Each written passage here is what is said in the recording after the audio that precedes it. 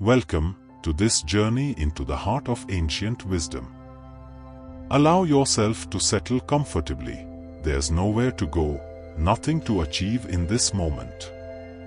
Simply rest and listen. Tonight, we explore Advaita Vedanta, a philosophy that whispers of something extraordinary. That beneath the endless variety of this world, beneath every star, every mountain, every breath you take, there lies a singular, infinite reality. The word Advaita itself is beautiful in its simplicity. It comes from Sanskrit, the ancient language of India. A means not, and Dvaita means two or dual. But Advaita doesn't simply mean non-dual. It means something more precise, more profound. It means non-secondness. Rest with this for a moment. Non-secondness. Not the union of two things, but the recognition that there never was a second thing at all. Only one reality exists, and that reality is called Brahman. Imagine the ocean, vast, limitless, containing within itself every wave, every ripple, every drop. The waves rise and fall. They appear different from one another. Some are large, some small, some gentle, some fierce. But every wave is nothing other than the ocean itself. There is no wave separate from water. There is no second substance. In the same way, Advaita teaches that everything you see, everything you experience, is not separate from the one infinite consciousness called Brahman. The world appears as many, but in truth, it is one. This teaching emerges from the most ancient texts of India, the Vedas, composed thousands of years ago. But it's in the Upanishads, the concluding portions of the Vedas, that this wisdom fully flowers. These sacred texts shift our attention from external rituals to the inner journey of self-inquiry. The sages of the Upanishads asked a profound question: who am I, really? Not who I think I am, not the roles I play, but what is the essential nature of this awareness that knows itself as I? And they discovered something remarkable. They found that the self, the deepest essence of your being, is not different from the ultimate reality of the universe. The individual soul, called Jivatman, and the universal absolute, called Brahman, are one and the same. There's a beautiful summary of this teaching, expressed in Sanskrit: Brahman Satyam, Jagat Mithya, Jivo Brahmeva Napra. Let these words wash over you. Brahman is the truth, the universe is an appearance, and the individual soul is none other than Brahman. This doesn't mean the world doesn't exist at all. When you see a movie on a screen, the images appear, they move, they tell a story. But the images are not separate from the screen, they're projections of light.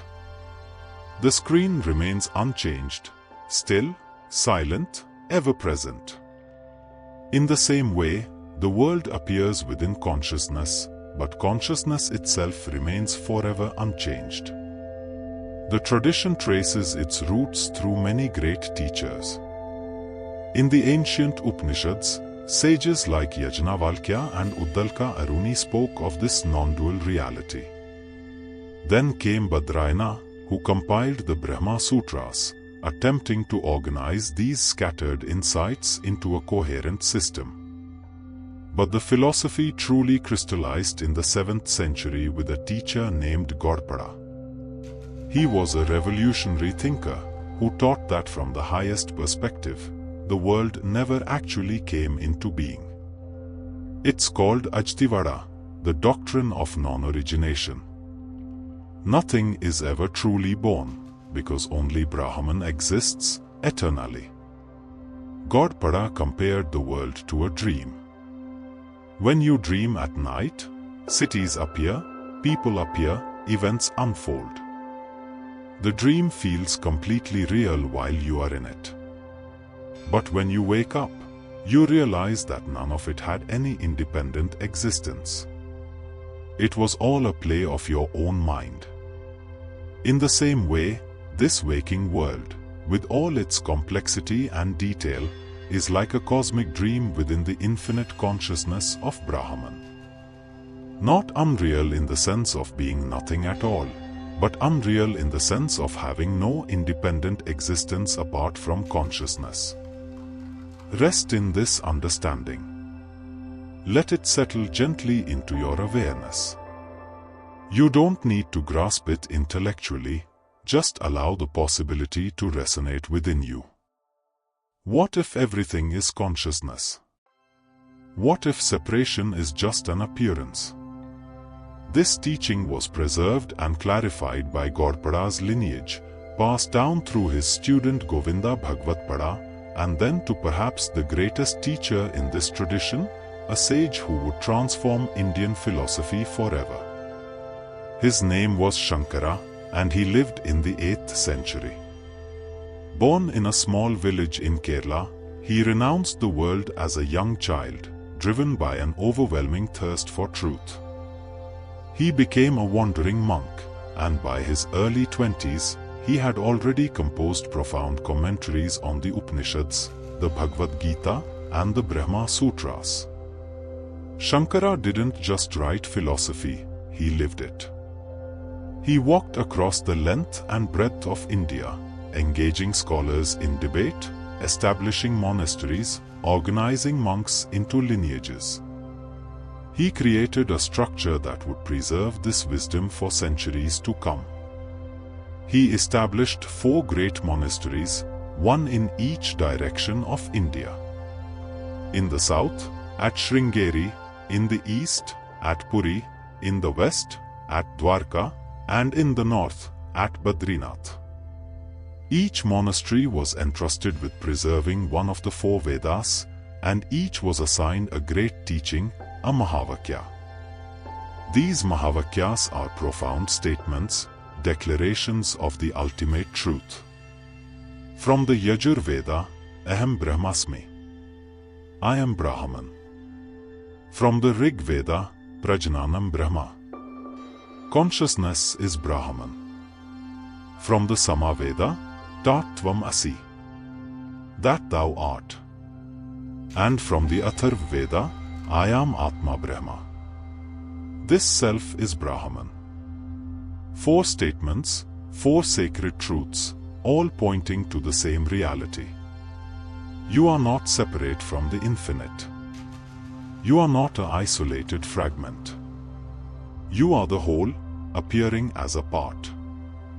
Let this understanding wash over you now, like gentle waves on a shore. There's nothing you need to do, nowhere you need to go. Simply rest in the possibility that you are already whole, already complete, already home. The ancient wisdom speaks not of achieving something new, but of recognizing what has always been true. You are the awareness in which all experience arises, the consciousness that was never born and can never die. Rest now, in this timeless presence.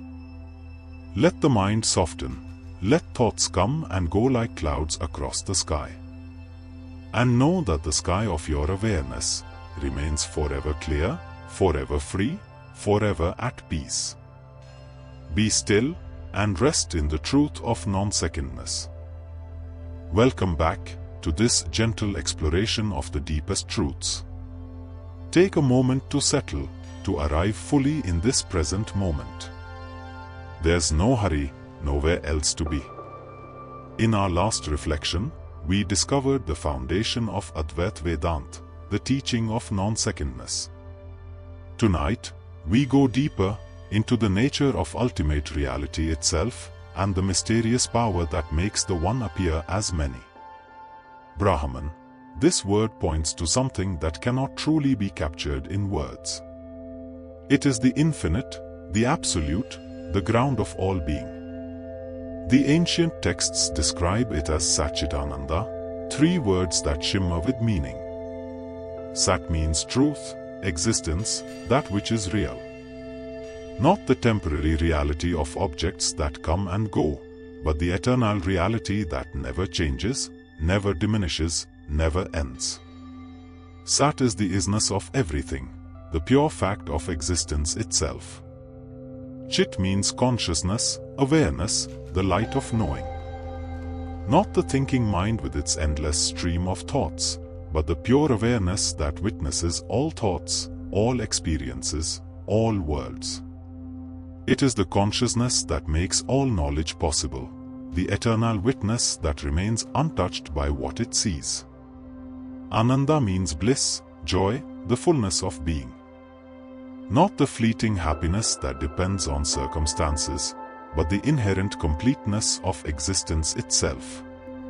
When nothing is lacking, when nothing is needed, when you are whole and complete in yourself, that is Ananda. Brahman is all 3, existing as consciousness, expressing as bliss. It is what you truly are, beneath every layer of identification, every story, every concept. It is the silent presence that reads these words, the awareness that hears this voice. But Brahman is spoken of in 2 ways, 2 perspectives that serve different purposes on the spiritual journey. Nirgun Brahman is Brahman without attributes, without qualities, without form. It cannot be described because all descriptions limit. It cannot be thought because all thoughts objectify.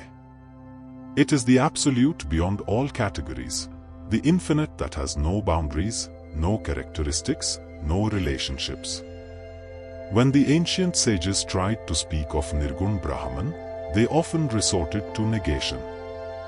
Neti, neti, not this, not this. It is not the body, not the mind, not the thoughts, not the feelings. It is not the waker, not the dreamer, not even the deep sleeper.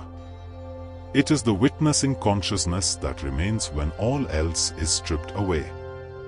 But there is another way of speaking about Brahman, through Saguna Brahman, Brahman with attributes.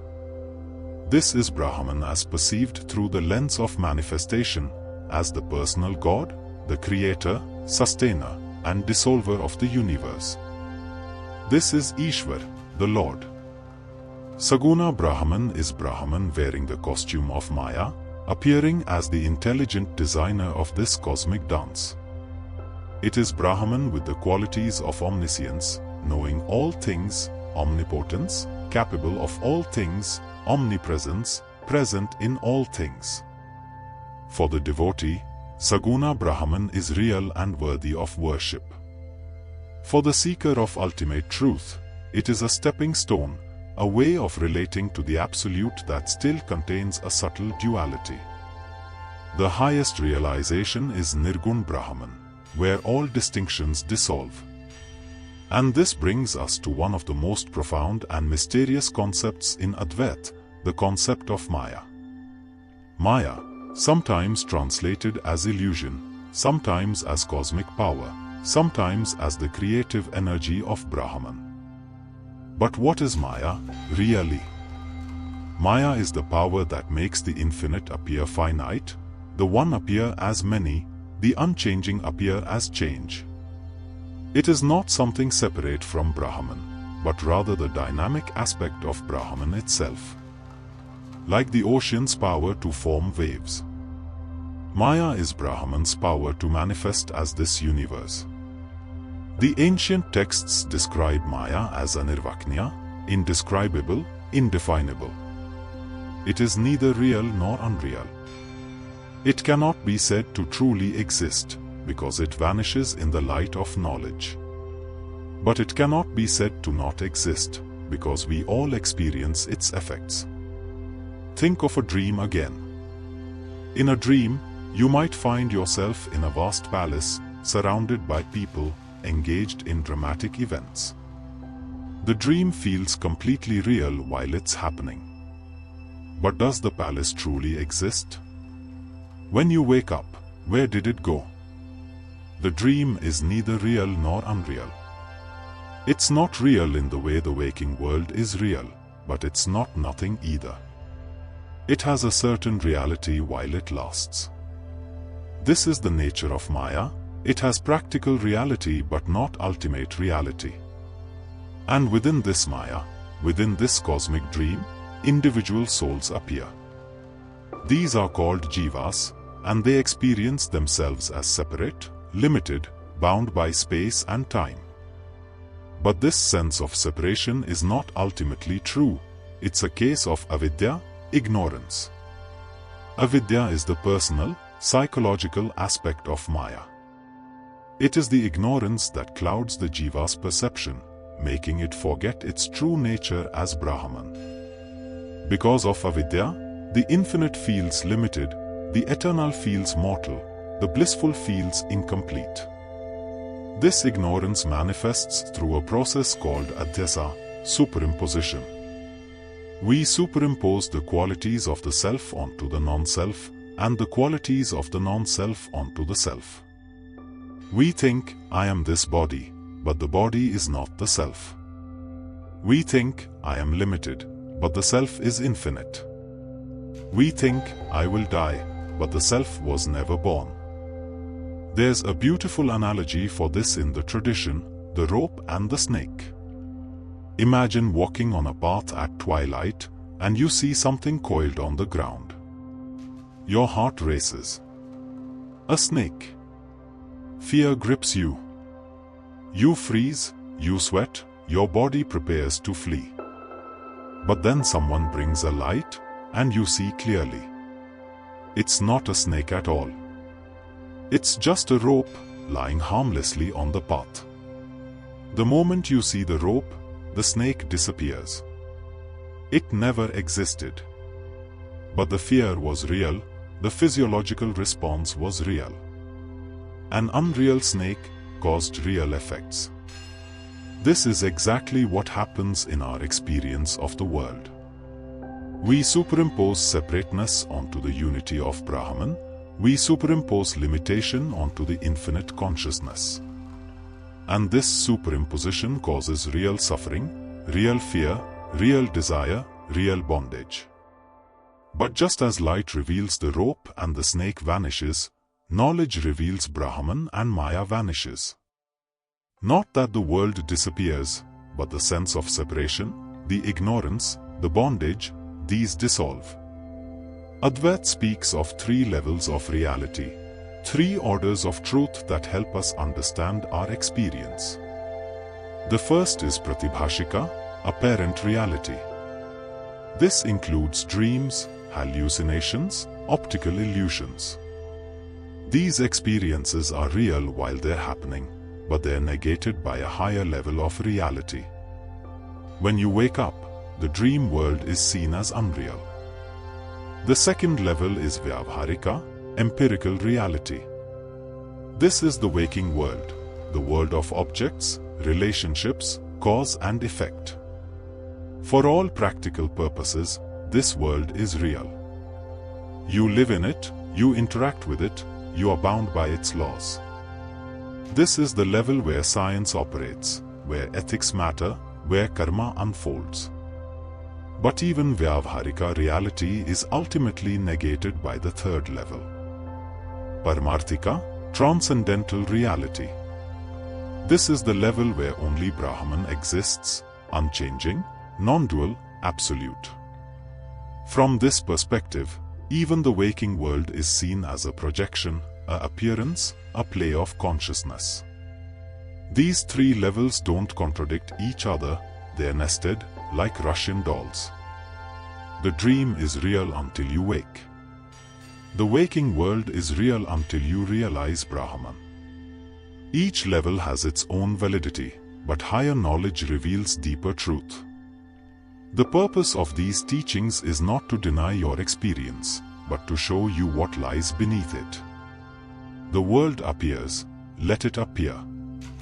Experiences arise, let them arise. But know yourself as the awareness in which all appearances come and go, the screen on which all movies play, the consciousness that remains forever free. You are not the changing phenomena, you are the unchanging witness. You are not the limited Jiva, you are the infinite Brahman, temporarily playing the role of limitation. Rest in this understanding. Let the mind release its grip on separation. There's nothing to achieve, only something to remember. You have always been whole, always been free, always been home. The Maya that seems to bind you is itself nothing other than your own power. The ignorance that seems to cloud you has no real existence. You are the light, and the light has never truly been hidden. Be still now, and rest in the truth of your being. Let all concepts dissolve, let all seeking cease. You are the eternal presence, the consciousness in which all worlds arise and dissolve, the peace that surpasses all understanding. Rest, and be free.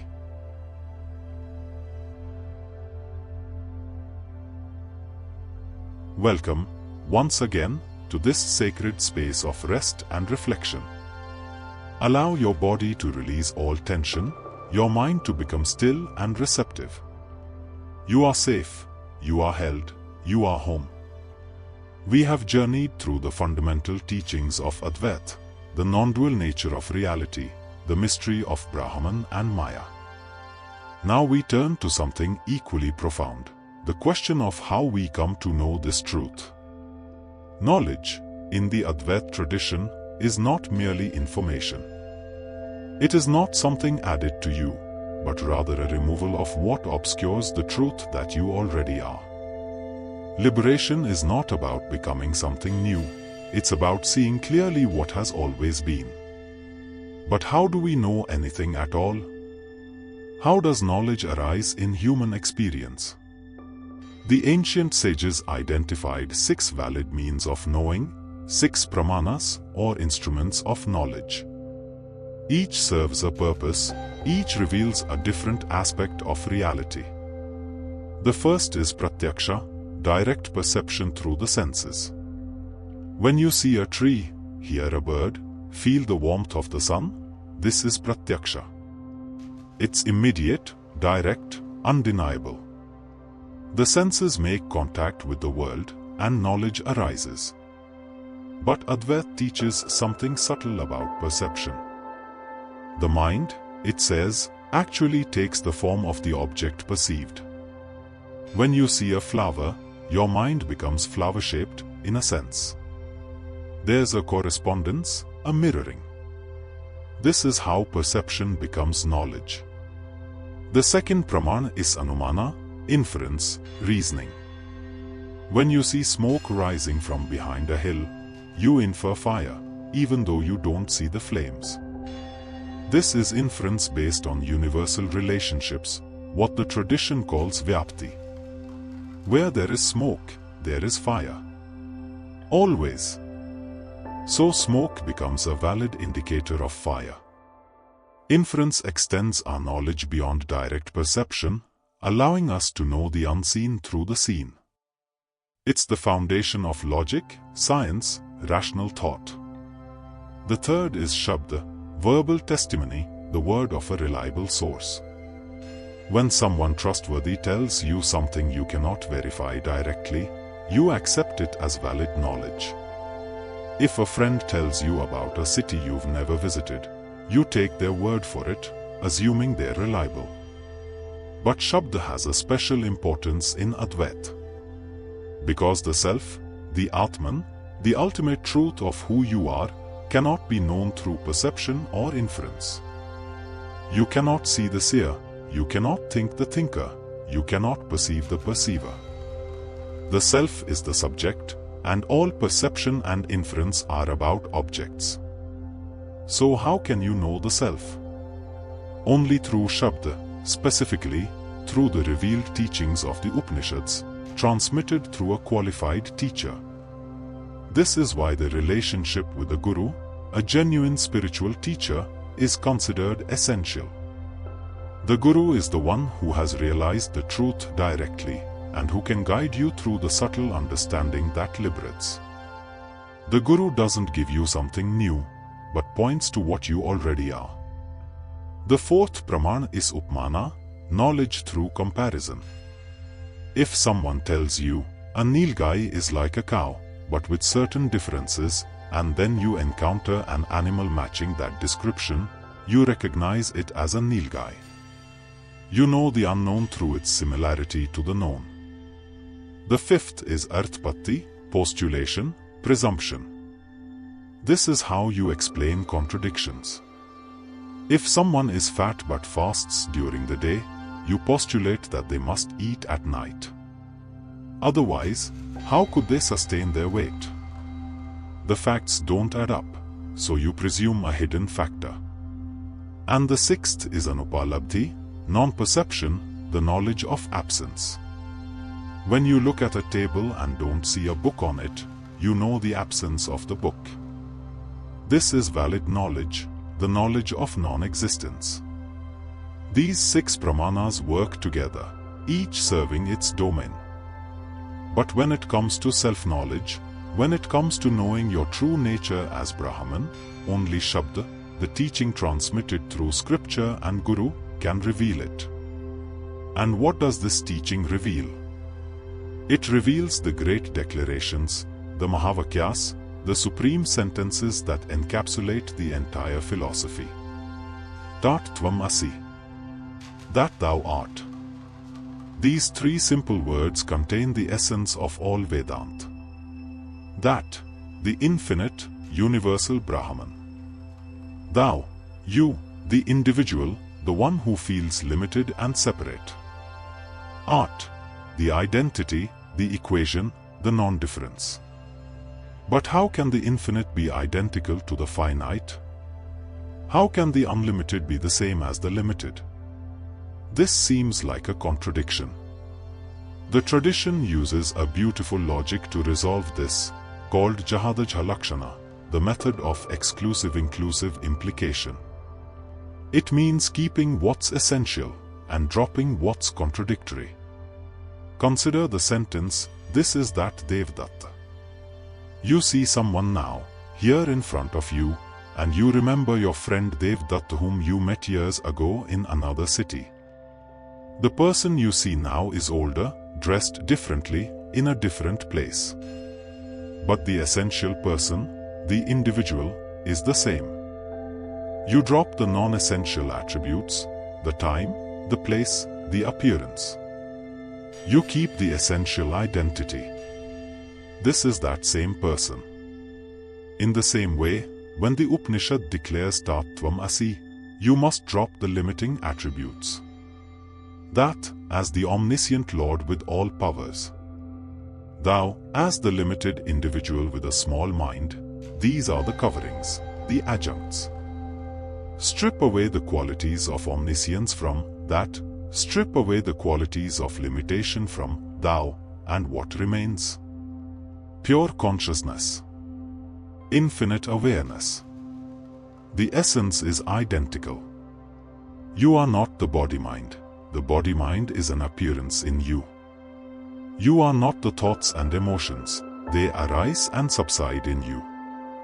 You are the unchanging awareness, the witnessing presence that was never born and can never die. This understanding doesn't come automatically. It requires preparation, a refinement of the mind and heart. The tradition speaks of 4 qualifications, the sadhana chatushtya, the fourfold discipline.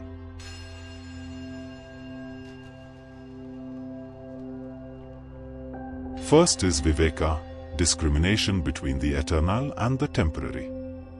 Most people spend their lives chasing pleasures that come and go, seeking happiness in objects that can never truly fulfill.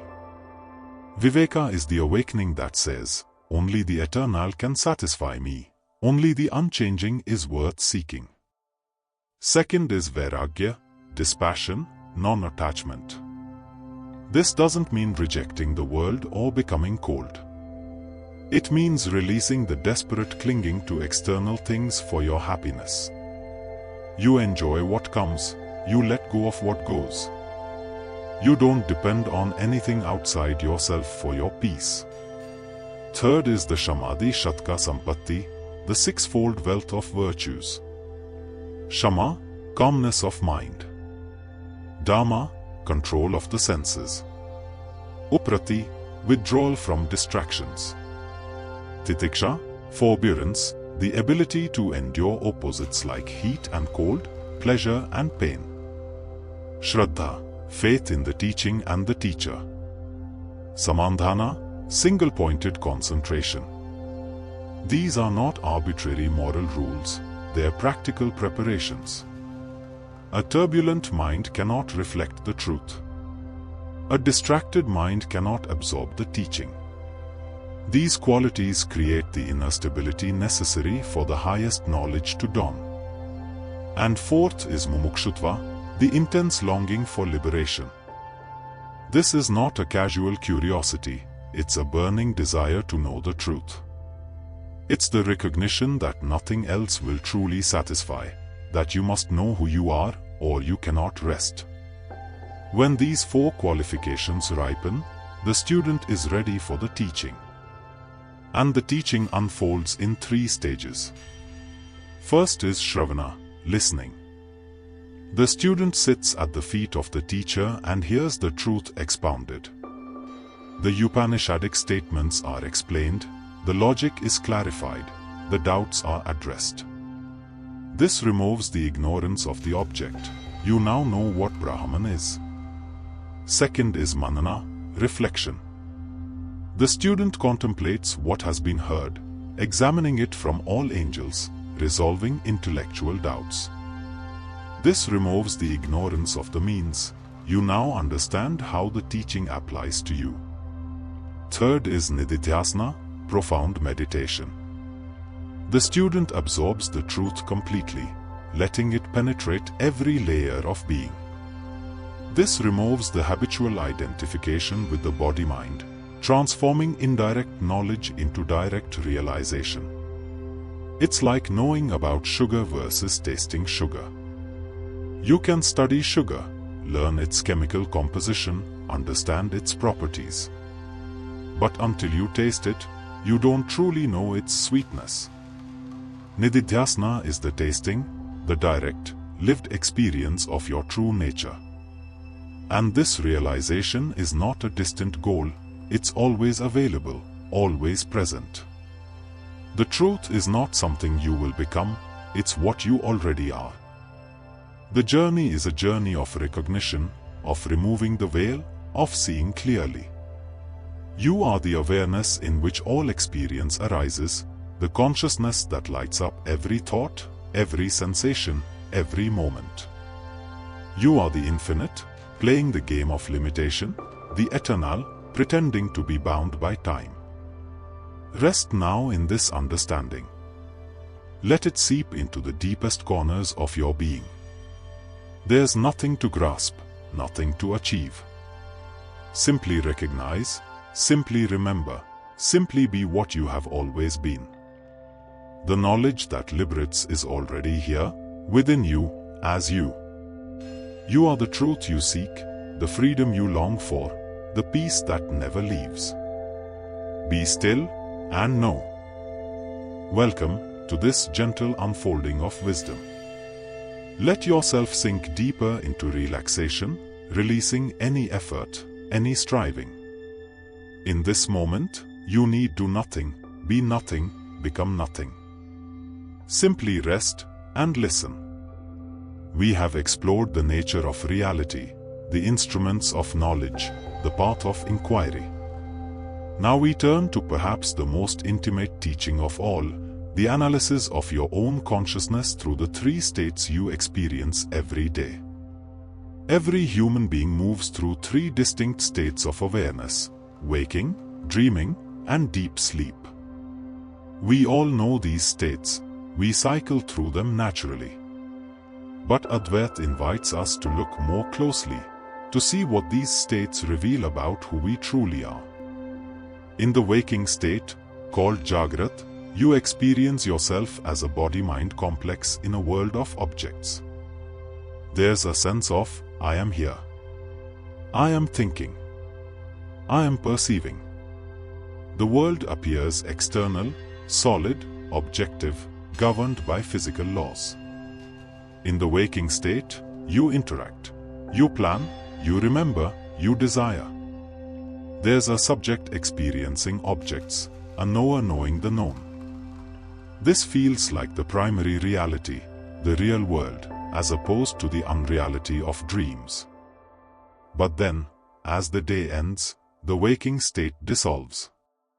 The body lies down, the mind releases its grip on the external world, and you slip into the dream state, called swapna. In the dream, an entirely new world appears. Cities, people, conversations, events, all arising from within your own mind. The dream feels completely real while it's happening. You don't know you are dreaming, you believe the dream world is actual. What's fascinating is that in the dream, you have a different body, you are in different places, you experience things that never happened in waking life. And yet, there's still an I that experiences the dream. The sense of being someone, of being an experiencer, continues. The dream world is created entirely from your own consciousness, from memories, impressions, unconscious tendencies. There's no external reality in the dream, just the mind projecting its own content. And yet, it seems so real. Then, as the dream fades, you enter the third state. Deep sleep, called sushupti. Here, something extraordinary happens. The world disappears, not just the external world, but even the internal world of thoughts and dreams. The ego itself dissolves. There's no sense of, I am this, or I am that. In deep sleep, there are no objects, no experiences, no thoughts. And yet, you are. When you wake up, you say, I slept peacefully. I knew nothing. But who is this I that knew nothing? Who experienced the absence of experience? If you were completely non-existent in deep sleep, you couldn't report on it. But you do report. I had a good sleep, or I had a disturbed sleep. There's a continuity of consciousness, a witness that remains even when the waking ego and the dreaming ego have dissolved. This is the profound insight of Advaita. There is a fourth. Turiya, the eternal witness consciousness that underlies all three states. It is the awareness in which waking, dreaming, and sleeping all appear and disappear. It is never absent, never asleep, never ignorant. You are not the waker, not the dreamer, not even the deep sleeper. You are the consciousness that illuminates all three, the screen on which all three movies play. The waker comes and goes, the dreamer comes and goes, the deep sleeper comes and goes. But you, the true you, never comes or goes. This is why deep sleep is considered evidence of the eternal self.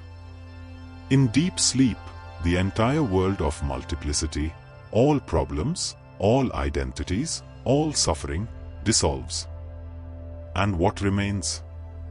Pure being, pure consciousness, pure peace. You return to your natural state, untroubled, whole, complete. When you wake up refreshed from deep sleep, you are not bringing peace from somewhere else. You are bringing it from yourself, from your own nature. Deep sleep reveals that peace is your natural state, not something to be achieved, but something to be recognized. The three states also show us something about the nature of reality. In the waking state, you think the dream is unreal. But while dreaming, the dream is absolutely real, and it's the waking state that seems distant and unreal. From the perspective of deep sleep, both waking and dreaming are equally unreal, equally a play of Maya. So which state is ultimately real?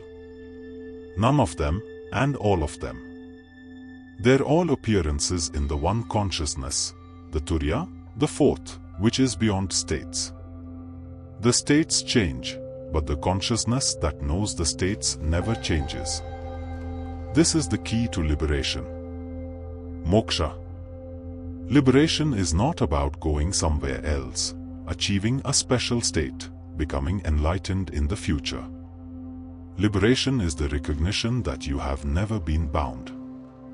The sense of bondage exists only in the waking and dreaming states, and even there, it's a misidentification. You are not the body that wakes, not the subtle body that dreams, not even the causal body that sleeps. You are the eternal witness, the unchanging awareness, the Brahman that never enters into states at all. When this recognition becomes firm, when it's no longer just an idea but a lived reality, that is Jivan Mukti, liberation while living. The Jivan Mukta, the liberated sage, continues to have a body, continues to move through waking, dreaming, and sleeping. But they know themselves as the consciousness beyond all states. For the Jivan Mukta, the world continues to appear, but it's no longer binding. It's like watching a movie when you know it's a movie. The emotions may arise, the involvement may be there, but underneath, you know it's not ultimately real. You are free. This freedom is not a freedom from the world, it's a freedom within the world. You are not escaping life, you are seeing through the illusion of separation. You realize that there's no you separate from the whole, no individual fragment cut off from the infinite. The tradition speaks of different types of mukti, different flavors of liberation. Videha Mukti is liberation after the death of the body, when the last vestiges of identification dissolve. Jivan Mukti is liberation here and now, while the body still functions. But in truth, liberation is not an event in time. It's the recognition of what is timelessly true. You are always free, the bondage is only apparent. Like the snake that was never there, the rope was always just a rope. The three states teach us another beautiful truth. If you can witness the waking state, if you can witness the dream state, if you can witness even the deep sleep state, then you cannot be any of those states. The witness is always beyond what it witnesses. You are the unchanging witness of change, the unborn awareness of birth and death, the eternal presence that makes all experience possible. This is not a philosophical position, it's a direct recognition available to anyone willing to look. Right now, as you listen to these words, there is an awareness present. This awareness knows that listening is happening, knows that understanding is arising or not arising, knows that the body is relaxed or not relaxed. This awareness is what you truly are. It was there when you were a child, it's here now, it will be there when you are old. It doesn't age, doesn't change, doesn't come or go. Thoughts come and go in it, emotions come and go in it, entire life stories come and go in it. But the awareness itself, pure, clear, untouched, simply is. This awareness is not personal, it's not yours. It's the universal consciousness, appearing as your individual experience. You are not a person who has consciousness, you are consciousness appearing as a person. And when you rest as this consciousness, when you stop trying to be someone, to achieve something, to become something, there is profound peace. Not the peace of getting what you want, but the peace of realizing you are already whole. The three states of waking, dreaming, and sleeping are just movements in you. Like waves in the ocean, they rise and fall, but they never disturb the depths. You are the depth, the stillness, the infinite expanse that contains all movement without being moved. Rest now in this recognition. Let the waking state be, let thoughts come and go, Let the body breathe, the heart beat, the world appear. None of it touches what you are. You are free, eternally free, and nothing has ever bound you. This is the truth the sages discovered, not through belief, but through direct seeing. And it's available to you right now, not in some distant future, not in some special state, but here, in this very moment. Be still, and recognize yourself as the awareness that never sleeps, the consciousness that never dreams, the presence that is forever awake, forever free. Rest in this truth, and let it carry you gently into peace. Welcome, once more to this sacred journey inward. Let your breath flow naturally, your body rest completely. There's nothing to solve, nothing to figure out. Simply be present, and let these words wash over you like gentle rain. Tonight, we explore how different perspectives on reality emerged within the Vedantic tradition, and why Advaita's teaching of absolute non-duality stands as the final word on the nature of existence. After Shankara established Advaita Vedanta in the 8th century, his teachings spread across India. But not everyone agreed with his radical non-dualism. Two great philosophers arose centuries later, each offering their own interpretation of the Upanishads, creating what we call the three schools of Vedanta. The first alternative came from Ramanuj, a brilliant teacher who lived in the 11th century. Ramanuj looked at the world, at the beauty of nature, the complexity of life, the relationships between souls, and he asked, how can all this be unreal? How can love be an illusion? How can devotion to God be directed towards something that's ultimately impersonal? Ramanuj taught Vishishtadvaita, qualified non-dualism. He agreed that Brahman is the ultimate reality, but he said the world and individual souls are real, not illusory. They're not separate from Brahman, but they're distinct aspects of Brahman, like the body is an aspect of a person. In Ramanuj's vision, Brahman is Vishnu, the Supreme Person, endowed with infinite auspicious qualities. Individual souls are real, eternal entities, parts of God's body. The relationship between the soul and God is one of inseparable connection, but not identity. You are like a drop in the ocean, connected to the whole, but still distinct. For Ramanuj, liberation doesn't mean merging into an impersonal absolute. It means reaching Vaikuntha, the eternal realm of Vishnu, where you serve God in loving devotion forever. You remain yourself, but you are in perfect communion with the divine. This teaching appealed to those whose hearts were drawn to bhakti, devotional love. If everything is already Brahman, they asked, who worships whom? If I am God, why pray? Ramanuj preserved the relationship between devotee and deity, giving space for love to flourish. Then came Madhvacharya in the 13th century, who went even further. Madhva taught Dvaita, complete dualism. He rejected any notion of oneness between the soul and God. God is utterly transcendent, eternally separate from souls and matter. Madhva identified 5 fundamental differences that can never be erased. The difference between God and the soul, between one soul and another, between soul and matter, between God and matter, and between one material object and another. These differences are real, eternal, absolute. In Madhva's system, liberation means realizing your true nature as a servant of God, and reaching your highest potential in devotion. But you never become God, you never merge. You remain eternally distinct, forever worshipping the Supreme Lord. Madhva's philosophy emphasizes divine grace, moral responsibility, and the eternal relationship between the individual and God. It's a path of devotion, surrender, and service. So we have 3 perspectives. Shankara's Advaita, absolute non-dualism. Ramanuj's Vishishtadvaita, qualified non-dualism, and Madhva's Dvaita, dualism.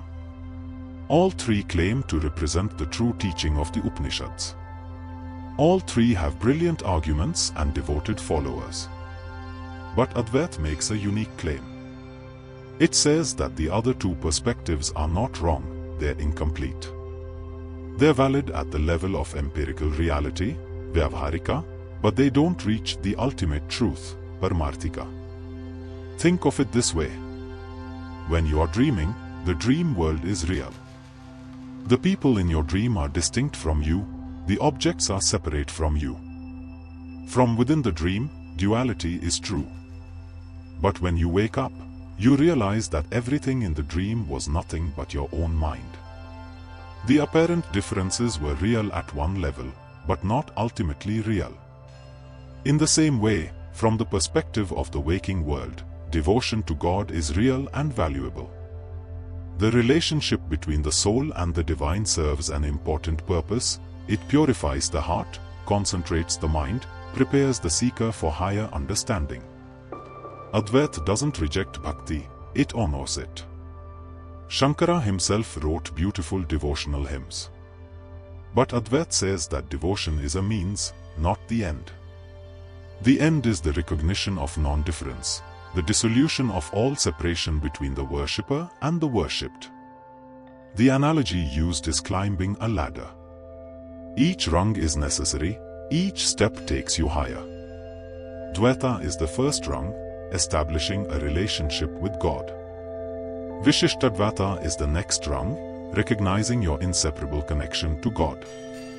Advaita is the final rung, realizing you are not other than God. Once you've reached the top, you don't need the ladder anymore. But this doesn't mean the ladder was useless.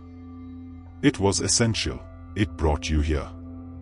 Another way to understand this is through the teaching of Saguna and Nirgun Brahman. When you worship a personal God, Ishwar, with form and qualities, you are approaching the ultimate reality through the lens of Maya. This is valid, beautiful, transformative. But there comes a point when even the concept of a creator must be transcended. If Brahman is truly infinite, truly non-dual, then there can be no other to create, sustain, or dissolve. The creator and the creation, the knower and the known, ultimately collapse into one. This is the final liberation, where all questions cease because the questioner has dissolved. Where all seeking ends because the seeker realizes they are what they sought. Where all becoming stops because being itself is recognized as already full, already complete. The debate between these schools is not merely academic. It reflects different temperaments, different stages of spiritual maturity. Some souls need a personal God to love, some need to feel distinct to maintain motivation. And that's perfectly fine. The teaching meets each person where they are.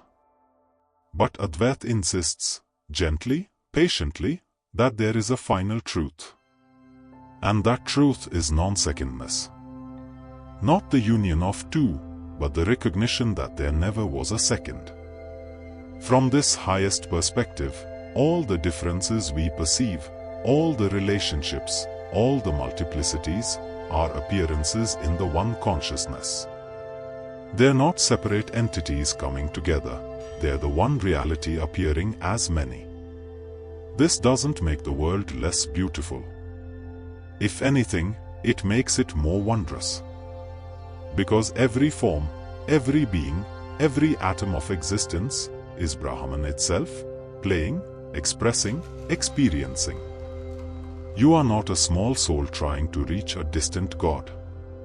You are the infinite, temporarily forgetting itself, and the spiritual journey is simply the process of remembering. The other schools say you'll reach God. Advaita says you are God, you've always been God, you could never be anything other than God. The journey is not from here to there, it's from ignorance to knowledge, from dreaming to waking, from confusion to clarity. And this recognition doesn't make you arrogant or separate. Actually, it makes you the most humble, because there's no separate you left to be proud. It makes you the most loving, because you see yourself in every being. It makes you the most peaceful, because all conflict arises from separation, and separation is seen through. The ancient teachers didn't fight about these perspectives. They respected all paths. They knew that each soul would find its way home, whether through devotion, through action, through knowledge, or through a combination of all three. But for those ready to hear it, for those whose hearts are mature enough to receive it, the final teaching is whispered, Tat Tvam Asi. That thou art. Not that and thou joining together, but the realization that they were never apart. Rest now in this understanding. Whether you feel drawn to devotion or to knowledge, whether you prefer relationship or unity, it's all perfect. It's all the one consciousness exploring itself in infinite ways. You are free to love God as separate, free to serve, to pray, to worship. And you are free to recognize that the one you worship is your own deepest self.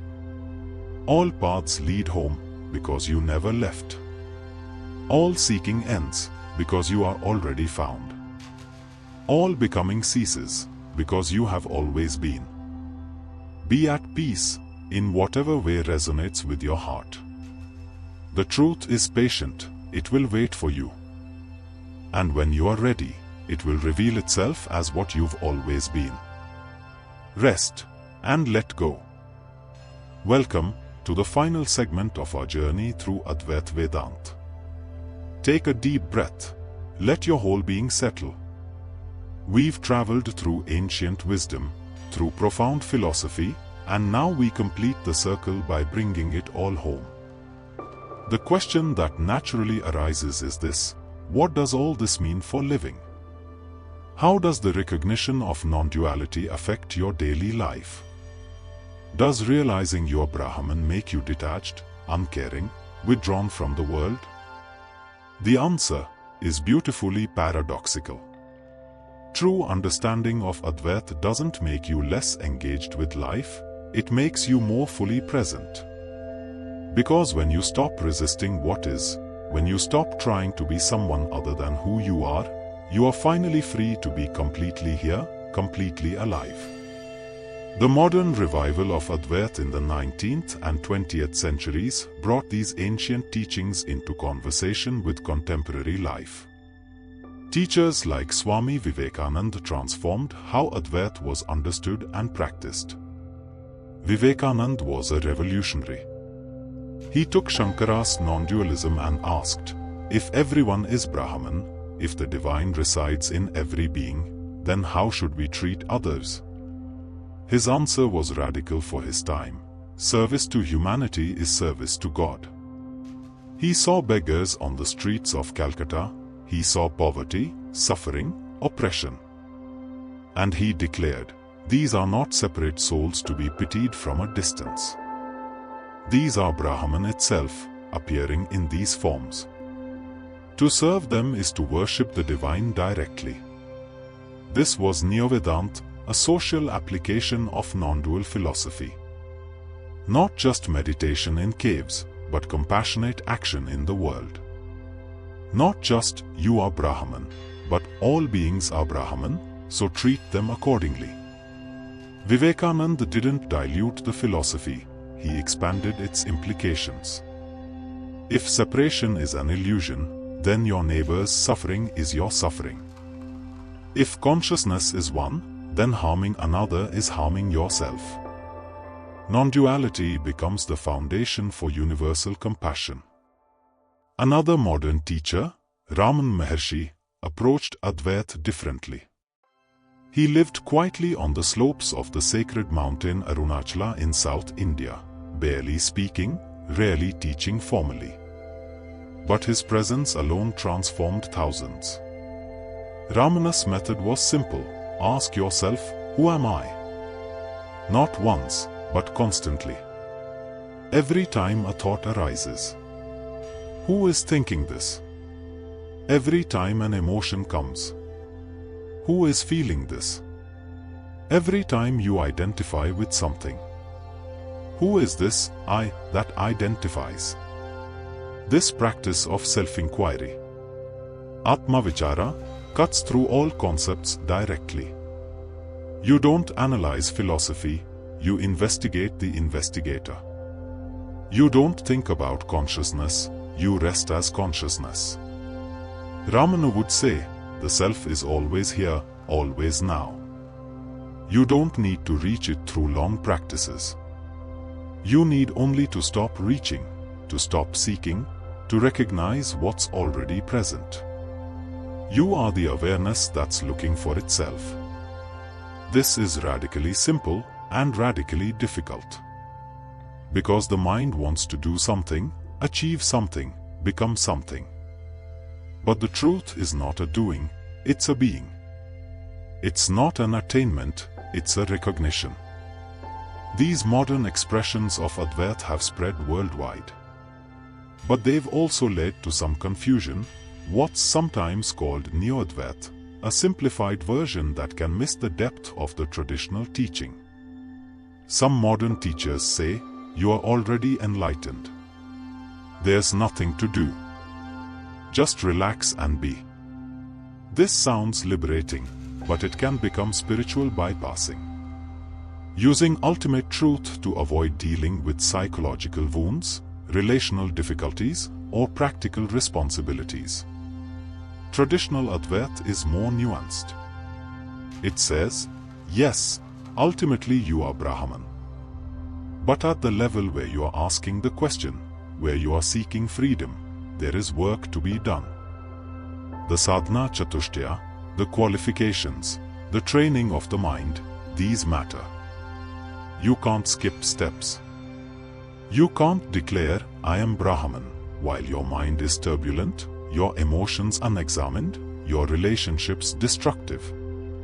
The declaration alone doesn't remove the deep-seated patterns, the vasanas, the habitual identifications. This is why the tradition emphasizes a gradual unfolding. First, purify the mind through ethical living, through meditation, through selfless service. Then, study the teachings under a qualified teacher. Then, reflect and integrate. Then, and only then, does direct realization become stable. It's like cleaning a mirror. The sun's reflection is always available, but if the mirror is covered in dust, you won't see it. The dust doesn't obscure the sun itself, it only obscures your perception. Remove the dust gradually, carefully, and the reflection becomes clear. In practical terms, living from Advaitic understanding means several things. First, it means recognizing that all experiences, pleasant and unpleasant, are temporary appearances in you. You don't cling to pleasure, you don't resist pain. You allow life to move through you without identifying with the movements. Second, it means seeing yourself in all beings.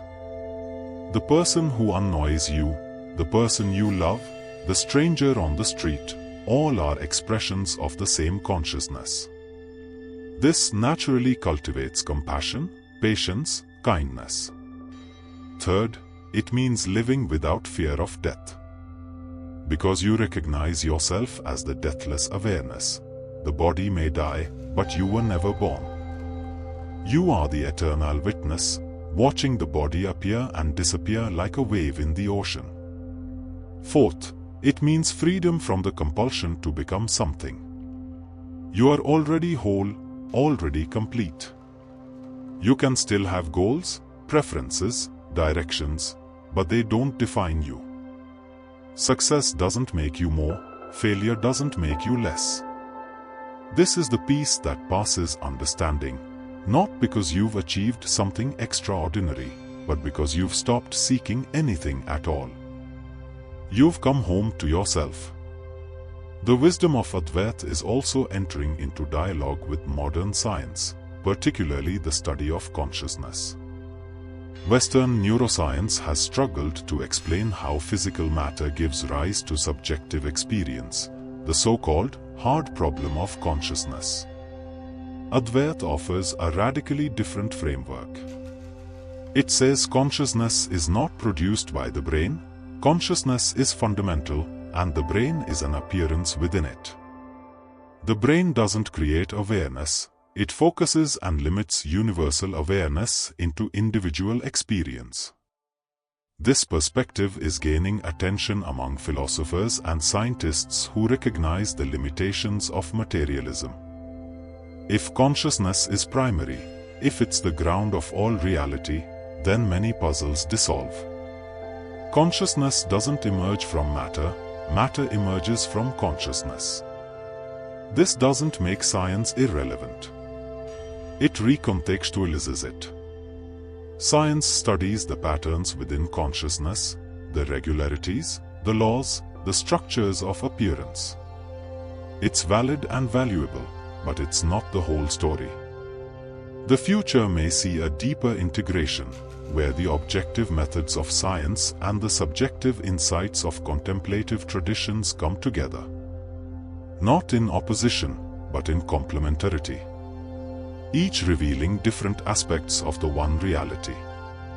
And this brings us full circle, back to the original insight of the Upanishads. That reality is not divided into subject and object, inner and outer, self and world. Reality is one, appearing as many, knowing itself through infinite perspectives. You are not a fragment of that reality. You are the totality, experiencing itself from this particular vantage point. Right now, the infinite is looking through your eyes, breathing through your body, listening through your ears. This recognition is always available. Not in some special state, not after years of practice, but right here, right now. Because what you truly are has never been absent. The mind may wander into the past, into the future, into stories and identifications. That's fine. Let it wander. But notice, there's an awareness that knows the wandering. That awareness doesn't wander. It remains, still, silent, ever present. You are that awareness. Not the person who has awareness, but awareness itself, appearing as a person. Not consciousness contained in a body, but consciousness containing the body, the world, everything. This is the gift of Advaita Vedanta, not a belief system to adopt, but a truth to recognize. Not a philosophy to debate, but a reality to embody. As you continue your life, as you navigate relationships, work, challenges, joys, remember this teaching. Not as a concept stored in memory, but as a living recognition in the heart. You are free. You have always been free. The bondage was a dream, the separation was an appearance, the seeking was a play. And now, you can rest. Rest as what you are, the infinite consciousness, temporarily experiencing limitation. Rest as the eternal presence, playing the game of time.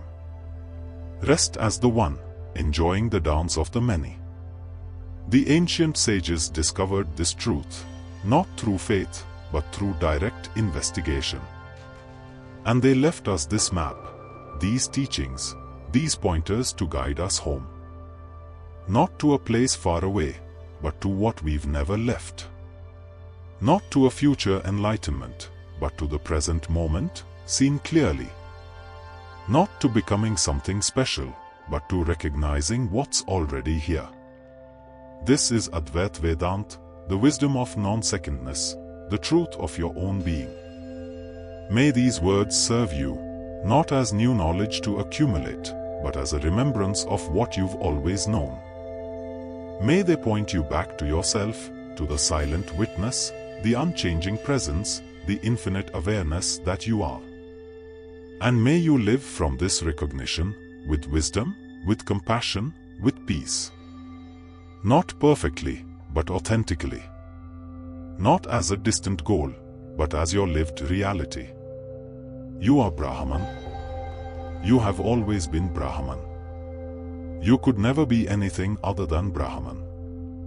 Tat Tvam Asi. that thou art. Rest now, in this timeless truth. Let all seeking dissolve, let all questions fall away. You are home. Be still, and know yourself as the infinite, the eternal, the one without a second. Om Shanti, Shanti, Shanti. Peace, peace, peace.